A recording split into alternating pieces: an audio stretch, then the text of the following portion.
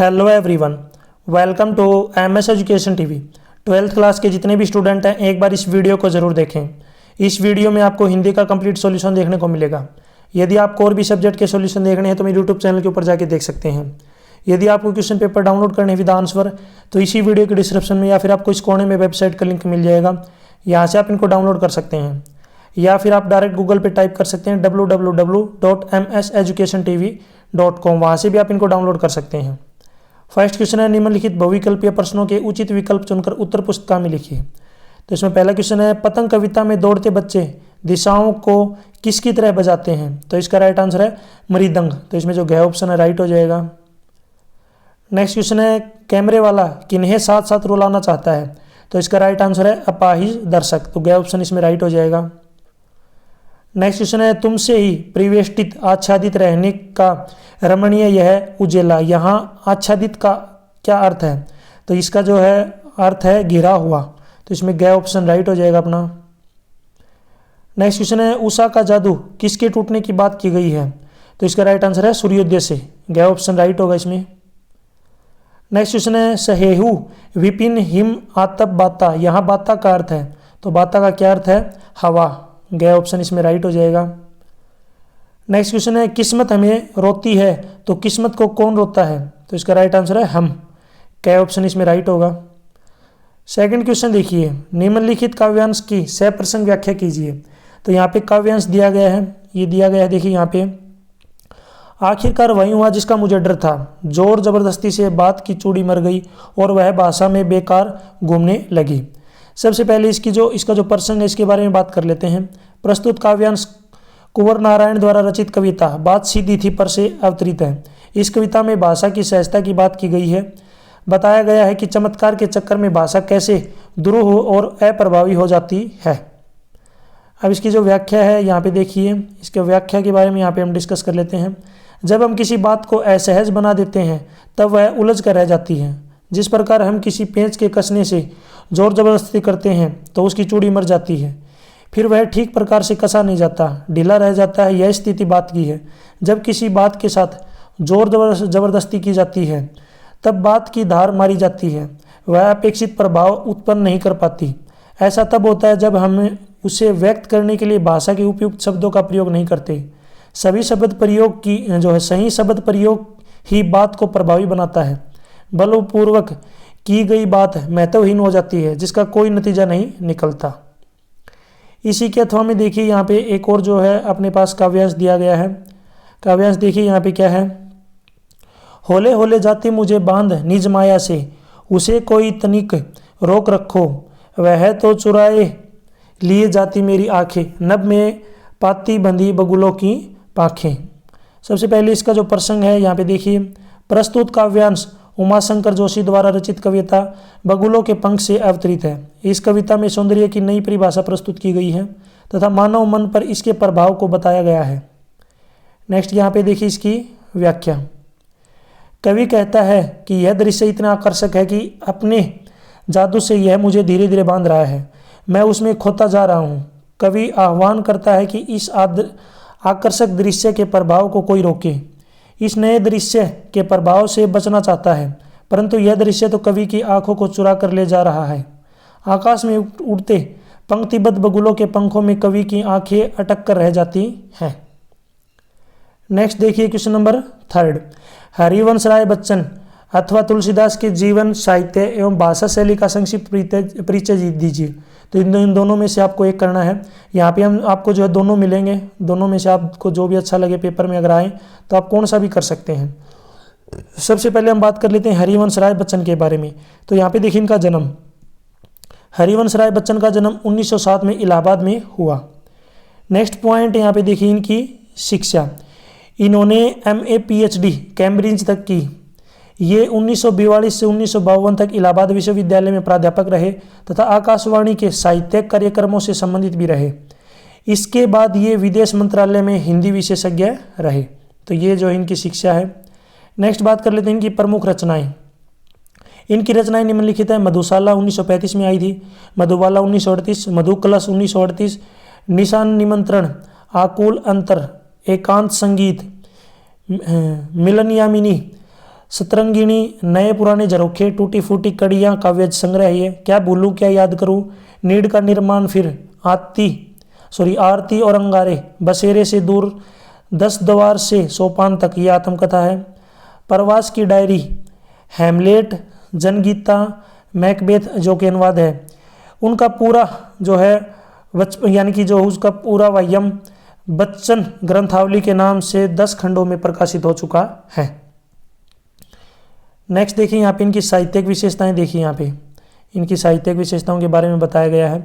दोनों महायुद्धों के बीच के मध्यवर्गीय बेचैन विकल मन के कवि बच्चन जी ने अपनी वाणी द्वारा अभिव्यक्त किया है। इन्होंने छायावादी लाक्षणिक वक्रता के बजाय सीधी सादी जीवंत और संवेदनशील गेय शैली में अपनी बात को अभिव्यक्त किया है। उन्होंने व्यक्तिगत जीवन में घटी हुई घटनाओं को भी सहज एवं अनुभूति की ईमानदारी से अभिव्यक्त किया है। बच्चन द्वारा कविता का जो रूप प्रकट हुआ है, यह रूप हिंदी काव्य संसार में उनकी विलक्षण लोकप्रियता का मूल कारण रहा है।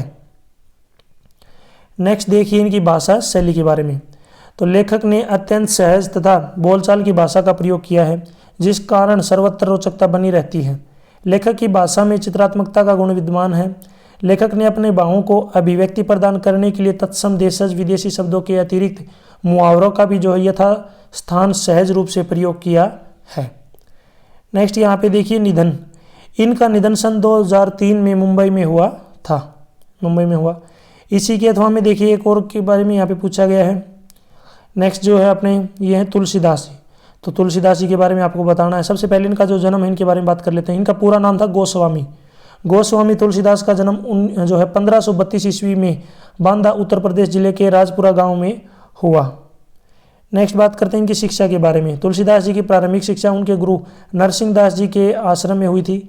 नरसिंह बाबा जी के आश्रम में रहते हुए तुलसीदास यानी कि जिनको राम बोला बोलते थे बचपन में जी ने 15 से 16 साल की उम्र तक सनातन धर्म, संस्कृत व्याकरण, हिंदू साहित्य, वेद दर्शन, 6 वेदांग, ज्योतिष शास्त्र आदि की जो शिक्षा प्राप्त की।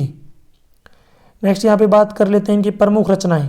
इनकी प्रमुख रचनाएं निम्नलिखित है। गीतावली, रामचरितमानस, रामाज्ञ प्रसन, विनय पत्रिका, श्री कृष्ण दोहावली, कवितावली। नेक्स्ट यहाँ पे देखिए इनकी साहित्यिक विशेषताओं के बारे में।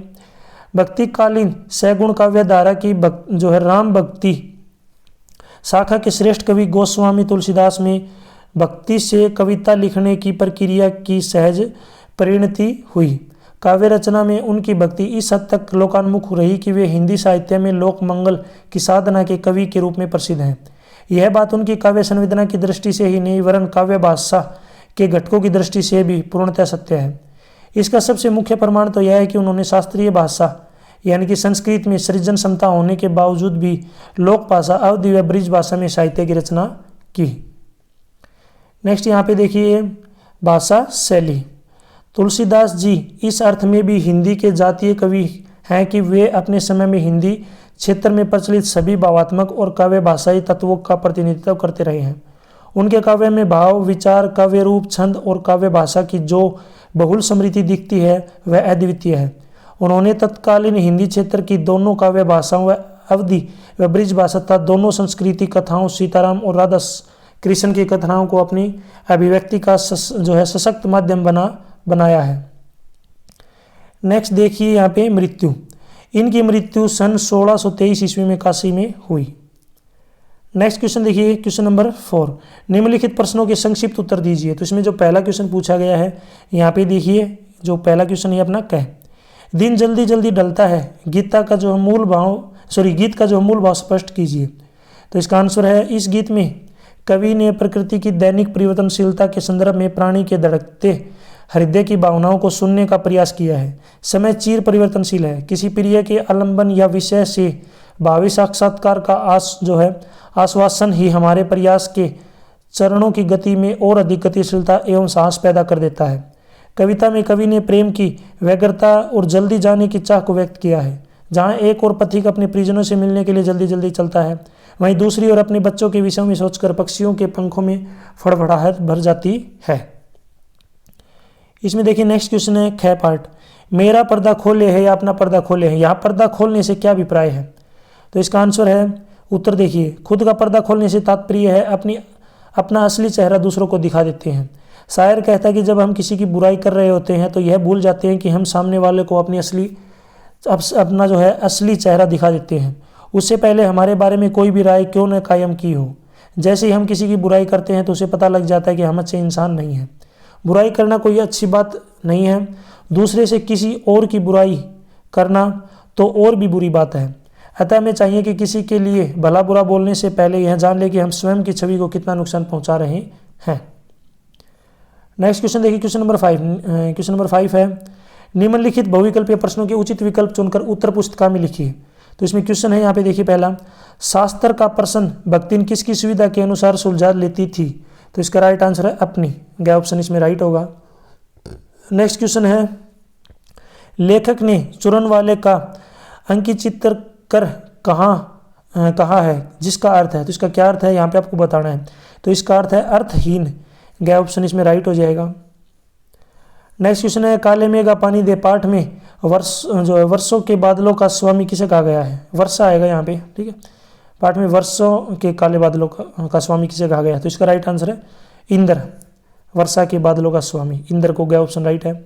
नेक्स्ट क्वेश्चन है, लुटन पहलवान के माता पिता उसे कितने वर्षों की आयु में अनाथ बनाकर चले गए। तो इसका राइट आंसर है 9 वर्ष, गया ऑप्शन इसमें राइट होगा। नेक्स्ट क्वेश्चन है, किस ग्रंथ में बताया गया है कि वाटिका के सघन छायादार वृक्षों की छाया में ही झूला यानी कि प्रेक्षा दोला लगाया जाना चाहिए। तो इसका राइट आंसर है कामसूत्र, क्या ऑप्शन इसमें राइट होगा। नेक्स्ट क्वेश्चन है, आम्बेडकर ने भाईचारे के वास्तविक रूप को किसके मिश्रण की भांति बताया है। तो इसका राइट आंसर है दूध पानी, तो गया ऑप्शन इसमें राइट होगा। नेक्स्ट क्वेश्चन देखिए, क्वेश्चन नंबर 6, निम्नलिखित गद्यांश की सप्रसंग व्याख्या कीजिए। तो यहाँ पे गद्यांश दिया गया है, इसको पढ़ना आपको, फिर उसकी जो है सप्रसंग व्याख्या करनी है। गद्यांश है, अपना स्वार्थ आज एकमात्र लक्ष्य रह गया है। हम चटखारे लेकर इसके या उसके भ्रष्टाचार की बातें करते हैं, पर कभी हमने जांचा है कि अपने स्तर पर अपने दायरे में हम उसी भ्रष्टाचार के अंग तो नहीं बन रहे हैं। काले मेघ दल के दल उमड़ते हैं, पानी झमाझम बरसता है, पर गगरी फूटी की फूटी रह जाती है, बैल प्यासे के प्यासे रह जाते हैं। तो यहाँ पे ये जो गद्यांश दिया गया है, तो इसका जो प्रसंग देखिए यहाँ पे, प्रस्तुत गद्यांश लेखक धर्मवीर भारती द्वारा लिखित पाठ काले मेघ का पानी दे से लिया गया है। लेखक देशवासियों को देश के प्रति अपने कर्तव्यों का स्मरण करा रहा है। नेक्स्ट देखिए यहाँ पे इसकी व्याख्या, लेखक कहते हैं कि लोग स्वयं को बड़े ईमानदार समझते हुए दूसरों के दुर्गुणों का बखान किया करते हैं। इस काम में उन्हें बड़ा रस आता है। किसने क्या क्या भ्रष्टाचार और घोटाले किए हैं यह तो हमें पता है, पर हम अपने भीतर जाकर नहीं देखते कि कहीं वे स्वयं तो इस भ्रष्टाचार में सहायक नहीं है। हम सभी जाने अनजाने इस भ्रष्ट आचरण को बढ़ावा दे रहे हैं। यही कारण है कि देश पूरी गति से आगे बढ़ नहीं पा रहा है।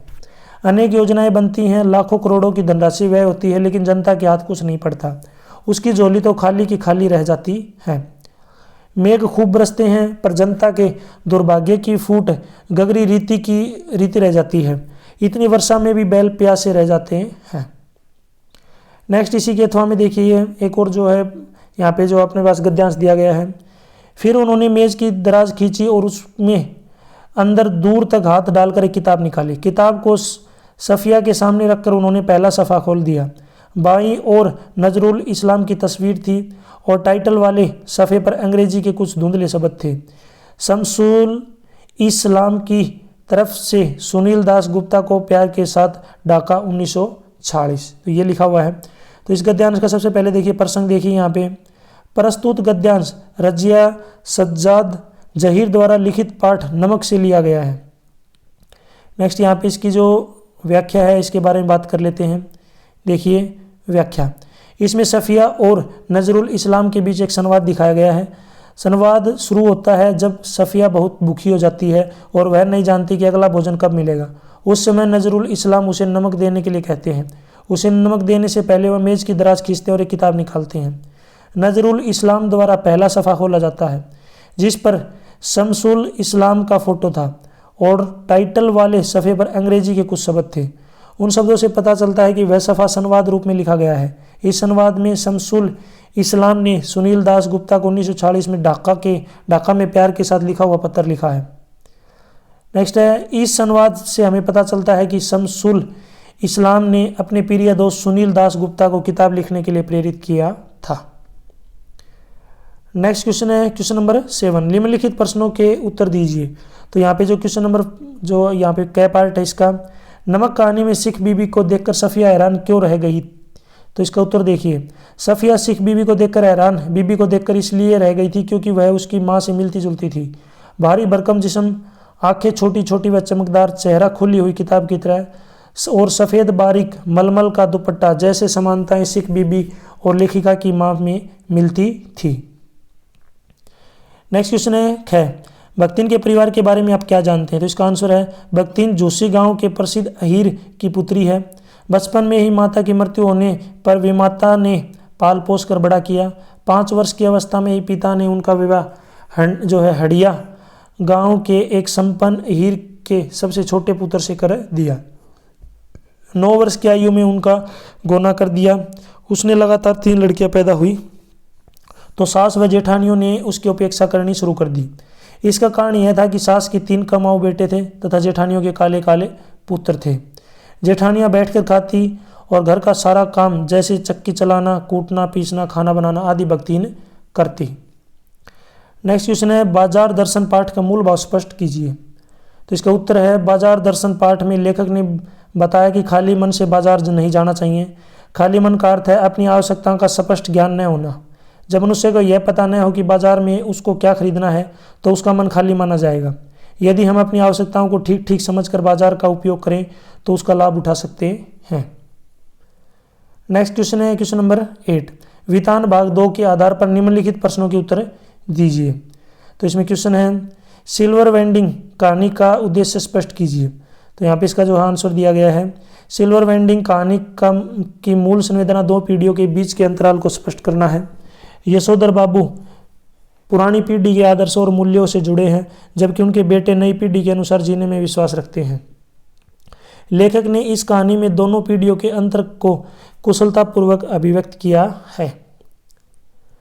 नेक्स्ट क्वेश्चन देखिए, यशोधर बाबू को भूषण ने उपहार देते समय क्या कहा और उन्हें यह सब कैसा लगा। तो इसका आंसर है, जब यशोधर बाबू को भूषण ने ड्रेसिंग गाउन उपहार में दिया तब पुत्र द्वारा यह कहे जाने पर, बब्बा आप सवेरे दूध लेने जाते हैं तब आप यह ड्रेसिंग गाउन पहनकर जाया कीजिए, यह बात उन्हें बुरी लगी। उनकी आंखों में जल छलछला आया।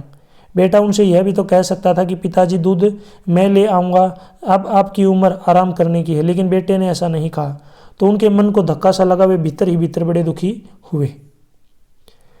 नेक्स्ट क्वेश्चन है यहाँ पे क्वेश्चन नंबर गया है, जूझ पाठ में खेत में काम करते समय लेखक का अकेलापन कैसे दूर हो गया था।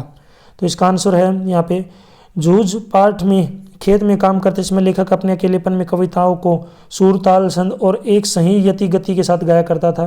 वह कविता गाते समय अभिनय भी किया करता था। इस प्रकार लेखक का अकेलापन दूर हो गया। नेक्स्ट क्वेश्चन है, मोहनजोदड़ो को लेखक ने नगर नियोजन की अनूठी मिसाल क्यों कहा है। तो इसका उत्तर है यहाँ पे, मोहनजोदड़ो का दौरा करते समय लेखक ने पाया कि इसका नगर नियोजन सबसे अनूठा है। यह नियोजन दुनिया में बेमिसाल है। यहाँ चौड़ी और सीधी सड़कें हैं। यहाँ की निकासी व्यवस्था अद्भुत है। चबूतरे पर खड़े होकर शहर की गलियों और सड़कों का अंदाजा सहज ही लगाया जा सकता है। इमारतें भले ही खंडरों में बदल चुकी हैं मगर शहर की सड़कों और गलियों के विस्तार को स्पष्ट करने के लिए खंडर काफ़ी हैं। नेक्स्ट क्वेश्चन देखिए, नेक्स्ट है, डायरी के पन्ने पाठ के माध्यम से लेखिका क्या संदेश देना चाहती है। तो इसका उत्तर देखिए, इसका आंसर है, आज औरतें पूर्ण आज़ादी चाहती हैं। एन चाहती है कि औरतों को पुरुषों के समान सम्मान दिया जाए, पुरुषों की तरह सम्मान दिया जाए, क्योंकि औरत ही मानव जाति की निरंतरता को बनाए रखने के लिए पीड़ा सहती है। एन चाहती है कि औरतों को बच्चे जन्मने चाहिए क्योंकि प्रकृति ऐसा चाहती है। वह उन मूल्य व व्यक्तियों की निंदा करती है जो समाज में औरतों को सम्मान नहीं देते। नेक्स्ट क्वेश्चन है क्वेश्चन नंबर 9, अभिव्यक्ति और माध्यम के आधार पर निम्नलिखित प्रश्नों के उत्तर दीजिए। तो इसमें पहला क्वेश्चन है कै, और कै का जो फर्स्ट पार्ट अपना आई। देखिए, किसी खास विषय पर सामान्य से हटकर किया गया लेखन क्या कहलाता है। तो इसका राइट आंसर है विशेष लेखन। नेक्स्ट क्वेश्चन है सेकंड पार्ट कै का, फ्रीलांसर पत्रकार किसे कहते हैं। तो इसका आंसर है फ्रीलांसर पत्रकार मतलब स्वतंत्र पत्रकार। इस श्रेणी के पत्रकारों का संबंध किसी विशेष समाचार पत्र से नहीं होता, बल्कि वे भुगतान के आधार पर अलग अलग समाचार पत्रों के लिए लिखते हैं। नेक्स्ट क्वेश्चन है, समाचार कैसे लिखा जाता है, स्पष्ट कीजिए। तो इसका आंसर है पत्रकारीय लेखन का सबसे जाना पहचाना रूप समाचार लेखन है। आमतौर पर समाचार पत्रों में समाचार पूर्णकालिक और अंशकालिक पत्रकार लिखते हैं, जिन्हें संवाददाता या रिपोर्टर भी कहते हैं। अखबारों में प्रकाशित अधिकांश समाचार एक खास शैली में लिखे जाते हैं। इन समाचारों में किसी भी घटना, समस्या या विचार के सबसे महत्वपूर्ण तथ्य, सूचना या जानकारी को सबसे पहले पैराग्राफ में लिखा जाता है। उसके बाद वे पैराग्राफ में उससे कम महत्वपूर्ण सूचना या तथ्य की जानकारी दी जाती है। यह प्रक्रिया तब तक जारी रहती है जब तक समाचार खत्म नहीं हो जाता। नेक्स्ट क्वेश्चन देखिए, रेडियो नाटक की विशेषताओं पर प्रकाश डालिए। तो इसका आंसर है रेडियो नाटक में ध्वनि प्रभावों और संवादों का विशेष महत्व होता है, जो इस प्रकार है।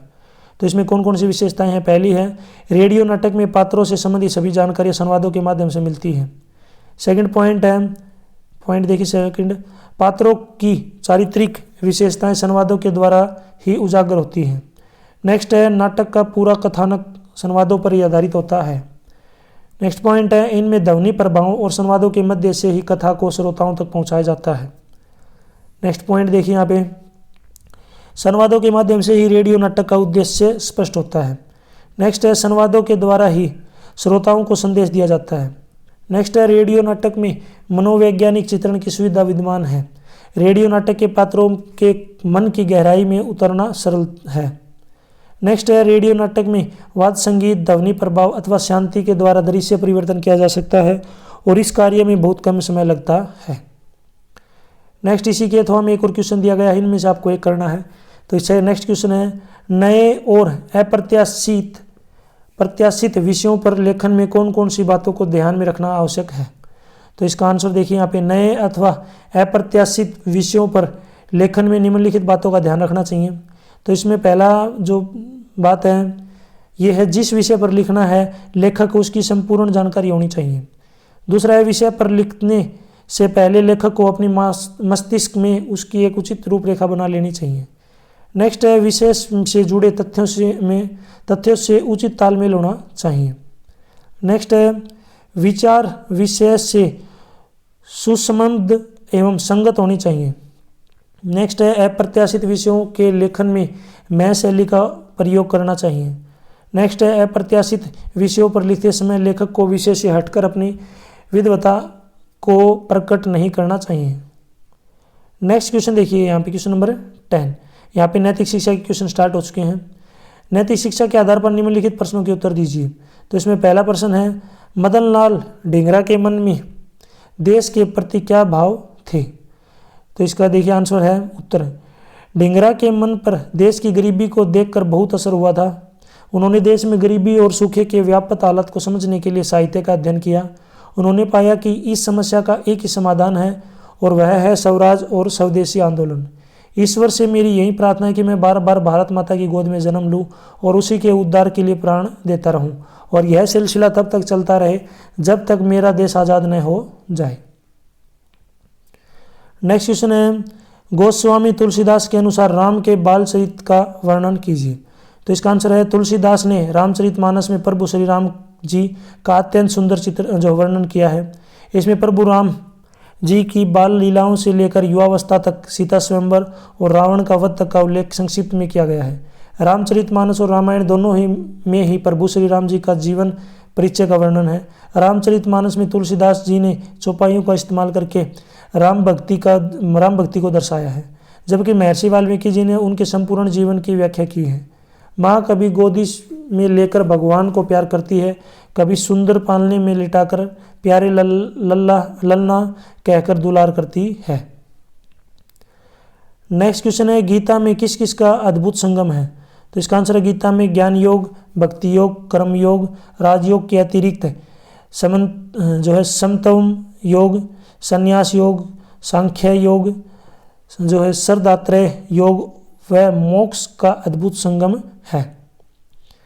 नेक्स्ट क्वेश्चन देखिए यहाँ पे, हेमू ने आदिल शाह के राज्य की सुरक्षा किन किन विद्रोहियों से की? तो इसका आंसर है, इस्लाम शाह के शासन काल में सूरवंश की दुर्बलता स्पष्ट झलकने लगी थी, इसलिए आदिल शाह के लिए यह आवश्यक था कि वह अपने साम्राज्य की सुरक्षा के लिए और उसकी सुदृढ़ता के लिए हिंदू शक्ति के रूप में उभर रहे हेमू का सहयोग और समर्थन प्राप्त करे। इसके लिए आदिल शाह ने हेमू को अपना प्रधानमंत्री तो नियुक्त किया ही, साथ अपनी सेना का प्रमुख भी नियुक्त कर दिया। नेक्स्ट क्वेश्चन है क्वेश्चन नंबर 11, निम्नलिखित प्रश्नों के यथा निर्दिष्ट उत्तर दीजिए। तो इसमें पहला क्वेश्चन है, देखिए यहाँ पे क्या है, मानवीकरण अलंकार की परिभाषा से उदाहरण दीजिए। तो इसका आंसर है, जब प्राकृतिक वस्तुओं जैसे पेड़ पौधे बादल आदि में मानवीय भावनाओं का वर्णन किया हो, यानी कि निर्जीव वस्तुओं में सजीव होना दर्शाया जाए, तब वहाँ मानवीकरण अलंकार होता है। जैसे कि उदाहरण दिया गया, फूल हमें कलियाँ मुस्कुराएं, फूल हंसे कलियाँ मुस्कुराएं। नेक्स्ट क्वेश्चन है, ख का फर्स्ट पार्ट, उच्चारण और गंगोर्मी का जो संधि विच्छेद कीजिए। सबसे पहले देखिए उच्चारण, उसका बनेगा उत प्लस चारण, इसमें व्यंजन संधि है। नेक्स्ट है गंगोर्मी, गंगा प्लस उर्मी, इसमें जो है गुण संधि है। नेक्स्ट है यहाँ पे दिक प्लस गज का जो संधि करना, तो दिक प्लस गज का बनेगा दिग्गज, इसमें व्यंजन संधि है। नेक्स्ट है यहाँ पे क्वेश्चन नंबर ग का फर्स्ट पार्ट आई, तत्सम जो है तत्पुरुष समास की परिभाषा दीजिए। तो इसका आंसर है, समास का वह रूप जिसमें द्वितीय पद या उत्तर पद प्रधान हो उसे तत्पुरुष समास कहते हैं। तत्पुरुष समास में प्रथम पद संज्ञा या विशेषण होता है और लिंग वचन का निर्धारण जो है अंतिम या द्वितीय पद के अनुसार होता है। समास करते वक्त बीच की विभक्ति का लोप हो जाता है। नेक्स्ट क्वेश्चन है, हर रोज और जल थल विग्रह करके समास का नाम लिखिए। हर रोज का बनेगा रोज रोज, इसमें अव्ययी भाव समास है। नेक्स्ट है जल थल, इसमें जो है जल और थल यानी कि द्वंद्व समास है। आपको दशानन का जो है समास विग्रह करना है। दशानन का जो है समास विग्रह करके आपको जो है बताना है कौन सा समास है, जरूर कमेंट सेक्शन में बताएं, बिल्कुल आसान सा है। नेक्स्ट बात कर लेते हैं, यहाँ पे वाक्य शुद्ध कीजिए। वह लब्ध प्रतिष्ठित व्यक्ति है, तो इसमें जो है वो क्या आ जाएगा, यहाँ पे वह प्रतिष्ठित व्यक्ति है, यहाँ पे लब्ध लगाने की जो है जरूरत नहीं है। नेक्स्ट सावित्री पतिव्रता नारी थी, तो इसका आएगा सावित्री पतिव्रता थी, नारी लिखने की यहाँ पे कोई जरूरत नहीं है। यहाँ तक वीडियो अपनी कंप्लीट हो चुकी है। वीडियो अच्छी लगी तो जो इसको लाइक ज़रूर करें और अपने दोस्तों के साथ ज़रूर इसको शेयर करें और एक अच्छा सा कमेंट करें आपको वीडियो कैसी लगी है। और किसी और टॉपिक पर अगर आपको वीडियो चाहिए तो उसके लिए भी आप मुझे कमेंट कर सकते हैं, या फिर अगर आपको प्रीवियस ईयर के सोल्व क्वेश्चन पेपर की और भी वीडियो देखनी है तो आप मेरे यूट्यूब चैनल के ऊपर जाके प्लेलिस्ट देख सकते हैं, वहाँ पे आपको सभी सोल्व पेपर की वीडियो मिल जाएगी। यदि आपको क्वेश्चन पेपर की PDF डाउनलोड करनी है विद आंसर, तो इसी वीडियो के डिस्क्रिप्शन में या फिर आपको इस कोने में वेबसाइट का लिंक मिल जाएगा, वहाँ से आप इनको डाउनलोड कर सकते हैं, या फिर आप डायरेक्ट गूगल पे टाइप कर सकते हैं www.mseducationtv.com, वहाँ से भी आप इनको डाउनलोड कर सकते हैं। Thanks for watching.